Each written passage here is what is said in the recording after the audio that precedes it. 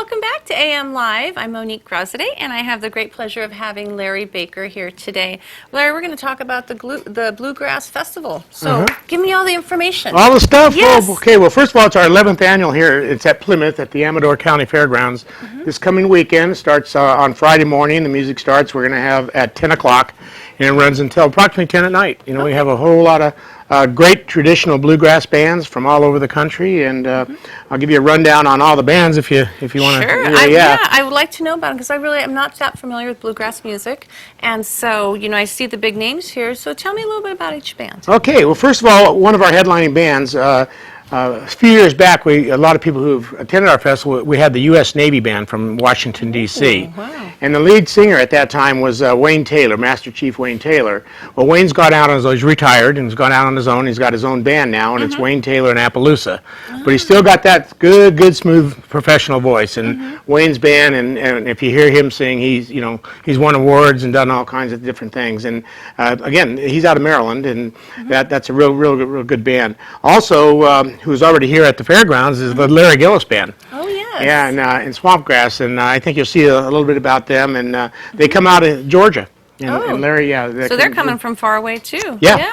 Out of Georgia, and he is real diehard traditional hardcore bluegrass, fast, hard driving, and away he goes. Another band, Cody Norris and the Mountain Boys. They're out of I believe Indiana. Okay. Yeah, so they're coming a long ways. That's amazing. You have all these wonderful talents coming from afar. And then when they're staying here in Amador County, where do they stay? Well, like Larry Gillis Band, he's got a bus. They're on tour, and so he's got a big bus, and it's out there. But most of the bands stay here in Jackson or Plymouth at the hotels, wherever we have the hotels here. Our sponsor is the Jackson Lodge, so most all the bands stay there. Good. Yeah. So another good band out of Pennsylvania is Remington Ride.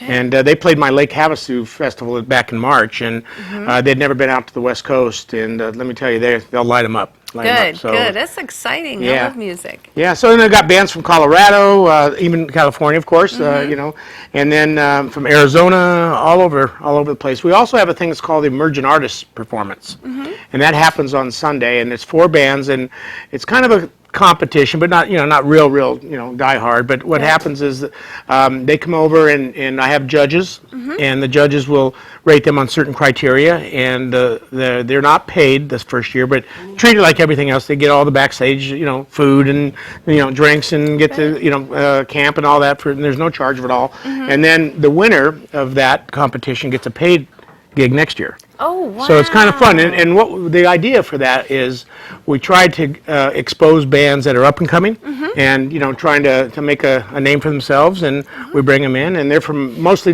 I got a couple from Nevada and California, and wow, what a great opportunity you provide for them. That's exciting. It's fun, and actually a couple of them have come down to our Arizona shows and played. So it's fun. Yeah, it's a fun thing. One of the most popular events of the whole weekend is what we call Kids on Stage.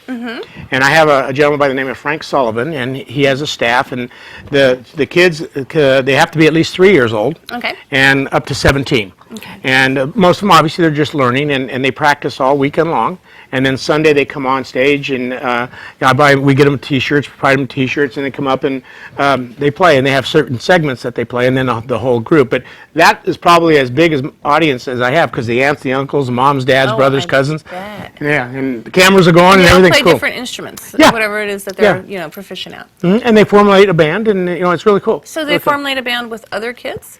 Yeah, so if they sign up for Kids on Stage, we have a hall that we provide for them to practice, and in this hall they're there for most of all day Saturday for sure, and then they come out, and he has certain segments that he does. Certain kids will do this, and then they all collaborate and come together at the end, and it's probably we've had as many as 20, 22 kids. Wow. Yeah, it's pretty cool. That is just amazing. Cool. I love that. And well, I'm that's sure the future. The kids love it. Yes, exactly. Yeah, it's a future. And, we've got to keep the kids in bluegrass and keep them going and bringing them back and get their interest and keep their interest. Right. So that's really good. That's important. You are just great at this. You are quite the promoter. Well. Because you have so many different types of entertainment at the Bluegrass. You've got the kids, you've got the upcoming artists, you've got all these headliners here. I mean, just getting down with that. Oh, yeah. And we have then, a lot to do. Crafts and food vendors, tell me. Yeah, we have arts and crafts and music-related vendors and vendor row there on the Midway at the fair. And you know, we have dinner and lunch breaks too, so people will get up and wander around, stretch their legs. We have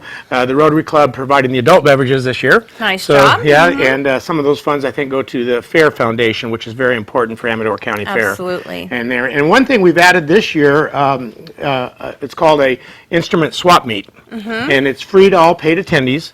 And they go in and sign up for, get a booth, and they can sell, exchange, whatever, old instruments. Right. And and a lot of people have 4 or 5 different instruments, and they've outgrown one and went to the other, so they're selling them. Or It's like sports equipment, you kind of move on from one thing to the next, and that's a great way to make sure they stay and play with other people and be able to sell them. Sure. So, Sure. Great idea. Yeah. We also have, as far as vendors, we have an on-site T-shirt, event T-shirt. A person, they will provide the T-shirts and not provide them, but you buy them and they'll print them right there. They have a big logo and all of the That's about the exciting. It's kind of cool, Yeah. or also if you bring your shirt, or sweatshirt or whatever, they'll do it right there too on the spot. So it's kind of cool. Oh, that's Yeah. unique. I Yeah. really like that. Good, Yeah, good. as far as tickets, I can tell you tickets are available at the gate at the fairgrounds, and the gates open daily at 8:30.